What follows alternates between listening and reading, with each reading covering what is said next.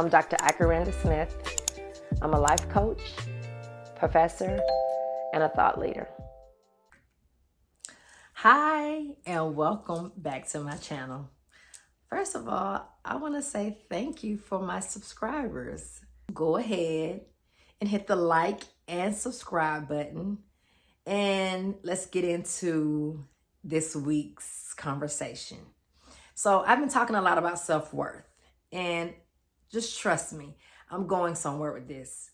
And I'm giving you this backdrop because I think it's important to the person that I am and the person that you've decided to follow and, accompany me on my journey. I kind of want you to see how I've become the person that I am, but you got to understand the obstacles that I've overcome in order to be the person I am. So this week, I wanted to focus on self-worth and self-expression and how that interferes with who we are. So I've always said that you can never go higher than your parents' perception of you. And so with that, I wanted to talk about how self-worth interferes with our self-expression. And self-expression is so important because it leads right into another topic, which I'll talk about that next week, but self-acceptance. But you don't really get to that until you learn how to self-advocate. And so for me, I wasn't heard as a child. I am an only child, and I came up with a single mother. My mom and dad divorced when I was 5, and I was raised by a single mother who was from the Deep South, who was the oldest of 12, and kids were to be seen and not heard. So automatically that backdrop was my foundation for growing up. So when you say, I'm upset with my parent, or better yet, when you tell your parent that I don't like something, that's unheard of. Like, you don't have any feelings, right? That's the backdrop in the framework that I was raised in. Like you're not supposed to like what I do. I'm your mother. I'm your father. And so when you grow up with parents like that, you're not heard. And when you can't be heard as a kid, meaning when you can't hear yourself being in dialogue with your parents, who are technically your first authority, but they're not authority, you don't learn how to communicate. Because your parents are your first interaction of everything before you get out into the big world. So it's so important to have parents who know how to situate their ego to the side. And even if they're frustrated with you, it takes a really big person to be small. And as a parent, you have to learn how to be small and manage your emotions so that you can allow this kid to learn how to advocate for themselves by virtue of using you as the backdrop so that they can learn how to be better communicators. So I didn't have that. I was an awful communicator. And I say that because I articulated myself, but I didn't convey my message well.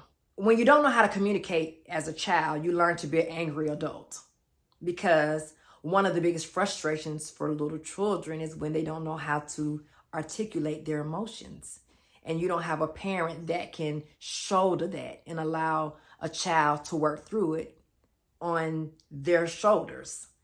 And so I was an angry child and angry adult for a stint of my life.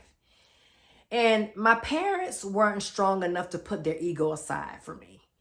And so I never shall forget one incident in particular. My mom used to go to her mom's house a lot. They lived 3 hours away from us at the time. And one day, my mom had went to go see her mother. My mom was a very jazzy woman. I always looked up to my mom and her style and her fashion. She was always ahead of her time. And so this particular time, she had on some Daisy Dukes, as we like to call them, really short shorts. She was cute as a button, though, having this cute top.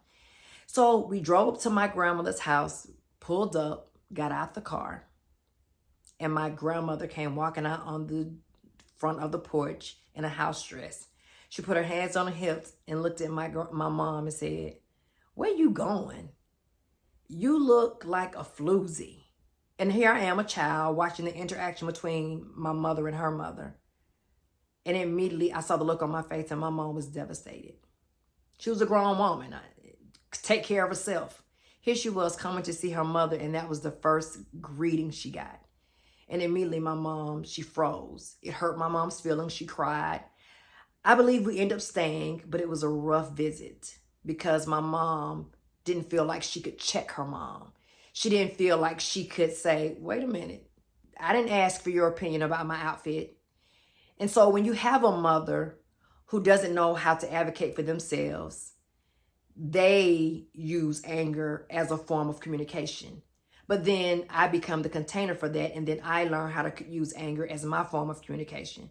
So that day, my mom stayed, but knowing who I am today because of that, I would have left. My mom could never disrespect me as an adult and expect for me to still stay and be around her. That's a no-go for me. So that's how in my generation and lifetime, I've changed that narrative by learning how to self-advocate for myself. But I didn't always know that. I had to learn it. And it was that story that stuck with me because at that moment I saw my mom, she had lost her voice. She was powerless. She felt like she had to take that.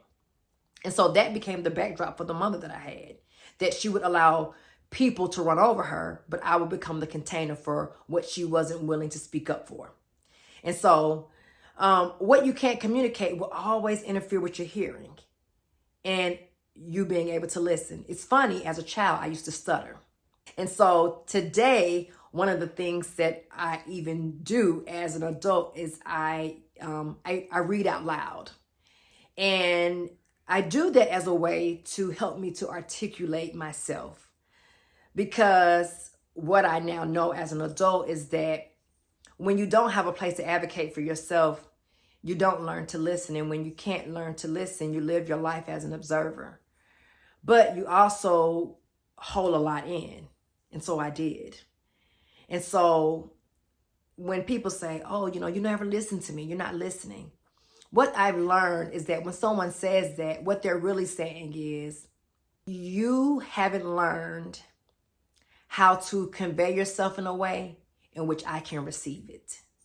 And so therefore, when I have an issue with you, meaning the other person, you're not good at understanding what I feel because you don't understand what you feel. And so that was a big aha for me in my life. Being a good listener has become a thing that I've had to learn over time as I've learned to advocate for myself, because I've had to learn how to hear myself when no one else is around, but also be able to hear others without injecting my own opinions on it. Two different things, but very important to have as a skill, as an adult and as a human being. And so one of the ways that I've learned how to cultivate self-expression to really help me be a good listener and a good self-advocate for myself is through music. I love music.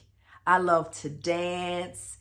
And for me, it's almost spiritual, because when I listen to music, I listen to the beats, the melodies, the words, the cadence, and it allows me to tap into my voice. It allows me to be present. It allows me to listen. Music has taught me how to tap into my inner being and my heart. And it has allowed me to be moved by what matters to me and what matters to others, because that's important.